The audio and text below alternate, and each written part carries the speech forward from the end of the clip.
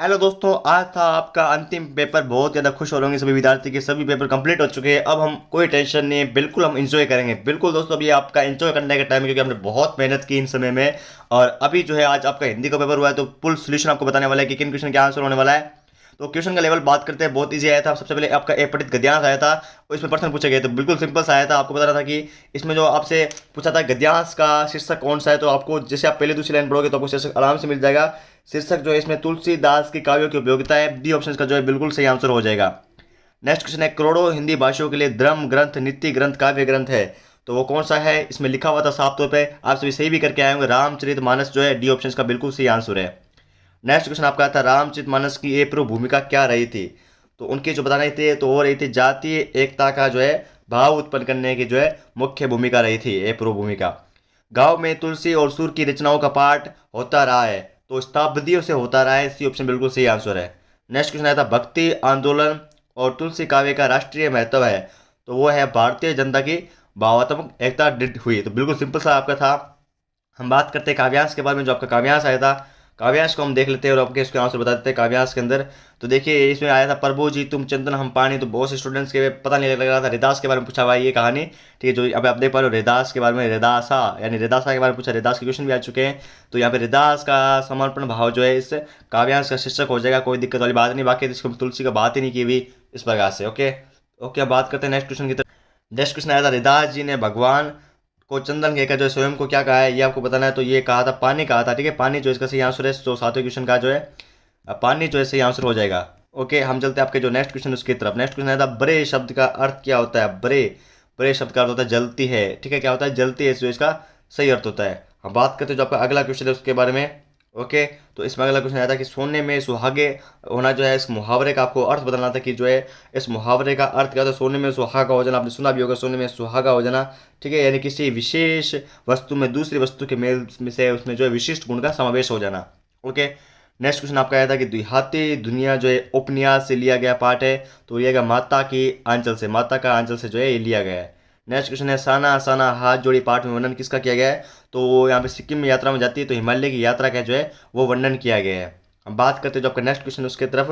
तो next question आपके रेगिस्तान वाले आए थे, मैं आशा करता हूँ सभी में आपके सही क्वेश्चन सही होंगे। तो देखिए, जिस संज्ञा से किसी नाम का बोध होता है तो उसे व्यक्तिगत संज्ञा कहते हैं। तो किसका बोध होता है, मैंने आपको कल बताया भी था वीडियो के अंदर, जो मैंने आपको इंपोर्टेंट क्वेश्चन की 3 वीडियो प्रोवाइड की थी, वहाँ से लगभग सारे क्वेश्चन पढ़े हैं। आप पीछे वाला वीडियो देख सकते हो। जिस स्टूडेंट ने देख रखी है तो वो भी वीडियो को लाइक कर दे, चैनल को सब्सक्राइब कर, कमेंट कर दे, हाँ भाई हमने आपकी वीडियो देखी थी।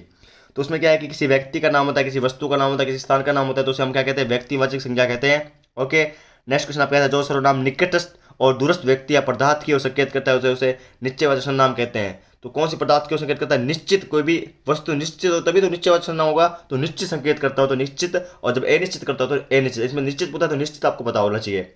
विशेषण के कितने प्रकार है, तो मैंने आपको बताया था कि विशेषण के 4 प्रकार होते हैं, 4 प्रकार के विशेषण होते हैं।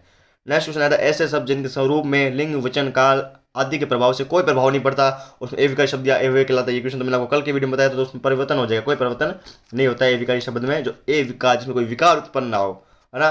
नेक्स्ट क्वेश्चन आया था, संस्कृत में कुल कितने उपसर्ग होते हैं। ये सभी उपसर्ग दशमलव शब्दों के साथ हिंदी में प्रयुक्त होते हैं। तो कुल जो है वो होते हैं 22 उपसर्ग होते हैं, संस्कृत में कुल 22 उपसर्ग होते हैं। नेक्स्ट क्वेश्चन आया था, वे प्रत्यय जो धातु अथवा क्रिया के अंत में लगाकर नए शब्दों की रचना करते हैं उन्हें कौन से प्रत्यय कहते हैं, तो उन्हें मैंने आपको बताया था, जो शुरू में लगते हैं उन्हें क्या कहते हैं, अंत में लगते हैं उसे हम कृत्य प्रत्यय कहते हैं। ये मैंने आपको बताया भी था, ठीक है। ये क्वेश्चन है। हम बात करते हैं जो आपका अगले क्वेश्चन है उसके बारे में। तो संधि किसे कहते हैं, 2 वर्णों के मतलब संधि की परिभाषा लिखते हैं, आपको स्वर संधि की आपको प्रकार लिखने थे। तो संधि क्या होती है, संधि होती है 2 वर्णों के मेल से होने वाले जो है परिवर्तन या विकार को जो हम संधि कहते हैं। और आगे क्या पूछा था आपसे, सवर संधि के आपको प्रकार पूछे थे कि सवर संधि के जो है प्रकार क्या होते हैं, ये आपको बताना है, ठीक है। तो ये मैं आपको बता देता हूँ। तो सवर संधि के यहाँ पे 5 प्रकार होते हैं, दीर्घ संधि हो गया, गुण संधि हो गया, वृद्धि संधि हो गया, फिर यण संधि या अयादि संधि, ये जो है श्रम प्रकार होते हैं, ठीक है। नेक्स्ट क्वेश्चन आपका आया था कि कर्मधारय और बहुव्रीहि समास में जो है अंतर क्या होता है।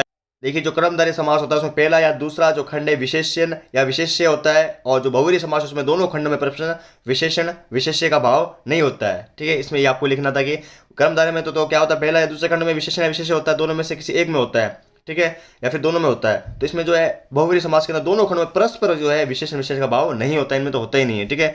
नेक्स्ट क्वेश्चन आया था कि आपका आकाश टूटने मुहावरे का अर्थ पूछा था इसमें, ठीक है, कि आकाश टूट जाना मतलब कि मुसीबत आ जाना, आकाश टूट जाना, इसका जो है सही अर्थ हो जाएगा। नेक्स्ट क्वेश्चन आपके अंदर क्या आया था, अंधा बांटे रेवड़ी, फिर अपने को दे, लुकोप्ती का अर्थ। तो ये आपसे अर्थ पूछा गया था, तो इसमें आपको अर्थ बताना था। ठीक है, आंधा आंधा बांटे, इसका अर्थ क्या होता है, यानी इसका अर्थ होता है अधिकार मिलने पर अपने ही लोगों का फायदा उठाना, जो है इसका सही अर्थ हो जाएगा। तो बात करते हैं आपका जो नेक्स्ट क्वेश्चन आया था उसके बारे में, कि नेताजी नेताजी का चश्मा पाठ किसके योगदान को दर्शाता है, ये आपका नेक्स्ट क्वेश्चन आया था।